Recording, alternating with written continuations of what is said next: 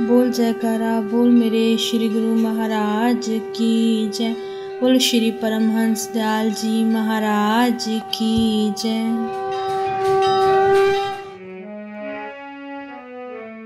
एक रोज़ इरशाद हुआ कि ठाकुर फतेह सिंह जी जो जयपुर के मुसाहिब आला हुए हैं, बिल्कुल बेपढ़े लिखे आदमी थे। दहा भाई दारोगा बलदेव सिंह जी के मकान पर रहते थे। एक दफ़ा महाराजा राम सिंह जी दारोगा जी के मकान पर पधारे और हुक्का जो वहाँ भरा रखा था पीने लगे और बड़ी तारीफ के साथ दरियाफ्त किया कि यह चिलम किसने तैयार की है। बड़ी लियाकत यानी कुशलता से काम किया है। लोगों ने कह दिया कि ठाकुर फतेह सिंह जी ने भरी थी। बस उस रोज से उनसे कुछ ऐसे खुश हुए कि जब भी दारोगा जी के मकान पर जाते तो ठाकुर साहब से चिलम भरवा कर पीते।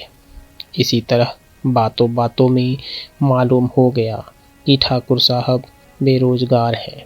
तो महाराजा साहब ने उनसे कहा कि आप हमारे मुसाहिब आला बड़े लोगों विशेषकर राजा महाराजाओं की संगत में रहने वाले को मुसाहिब कहते हैं। आला का अर्थ है उच्च। नवाब फैयाज अली खां साहब के पास जाकर कहें कि मुझको कहीं किसी आसामी पर मुकर्रर कर दो। ठाकुर साहब हस्बे फरमूद यानी आदेशानुसार जनाब नवाब साहब की खिदमत में हाजिर हुए और अर्ज़ हाल यानी दशा उल्लेख किया। उन्होंने अर्ज किया कि मैं तो इल्म यानी शिक्षा से बिल्कुल बेबहरा यानी कोरा हूँ। अब वह सोचने लगे कि राजा साहब का भेजा हुआ आदमी है मगर पढ़ा लिखा बिल्कुल नहीं। अब इसको जगह दूँ तो कौन सी दूँ। खैर यह कहकर टाल दिया कि आप फिर कभी आना। बाद में यह कई मर्तबा गए मगर उसी तरह से नाकामयाब यानी असफल वापस आए। फिर किसी दफ़ा महाराजा साहब से मिलने पर उन्होंने दरियाफ्त किया कि तुमको जगह मिल गई। तो उन्होंने जवाब दिया कि अब तक नहीं मिली। महाराजा साहब ने फिर जाने के वास्ते फरमाया। मजबूरन फिर गए। नवाब साहब उस वक्त मामला मुकदमा में कुछ ऐसे मसरूफ़ यानी व्यस्त थे कि उनका आना नागवार सा मालूम हुआ और अर्ज़ करने पर जवाब दिया कि आप कुछ पढ़े न लिखे भला माकूल यानी उचित आसामी यानी जगह दूँ तो कौन सी दूँ। अलबत्ता मेरी ही जगह है, बैठ जाओ। ठाकुर साहब यह तुरश यानी करकश जवाब सुनकर वापस चले आए और आना जाना कतई यानी बिल्कुल बंद कर दिया। इत्तिफाकन यानी संयोगवश फिर महाराजा साहब ने दरियाफ्त फरमाया। ठाकुर साहब तो खामोश रह गए मगर किसी और ने अर्ज़ कर दिया कि हुजूर यह जाएं तो क्या जाएं। नवाब साहब ने तो ऐसा सख्त जवाब दिया। महाराजा साहब ने सुनकर फरमाया कि फिर तुम चले क्यों आए, उनकी जगह बैठ क्यों न गए। अच्छा अब के फिर जाना।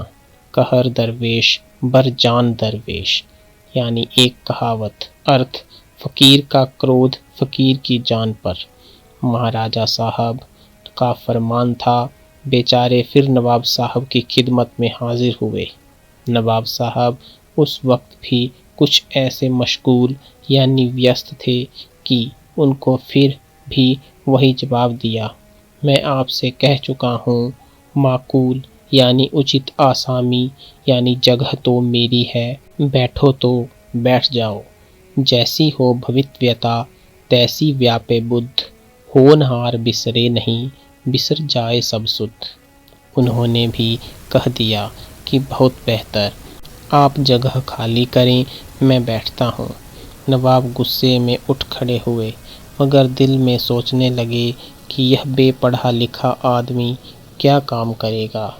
यहाँ ठाकुर साहब का गद्दी पर बैठना था कि उन्होंने हुक्म अहकाम जारी करने शुरू कर दिए और ऐसे माकूल यानी उचित बंदोबस्त और कार्रवाइयाँ जारी की कि सब देखकर दंग रह गए।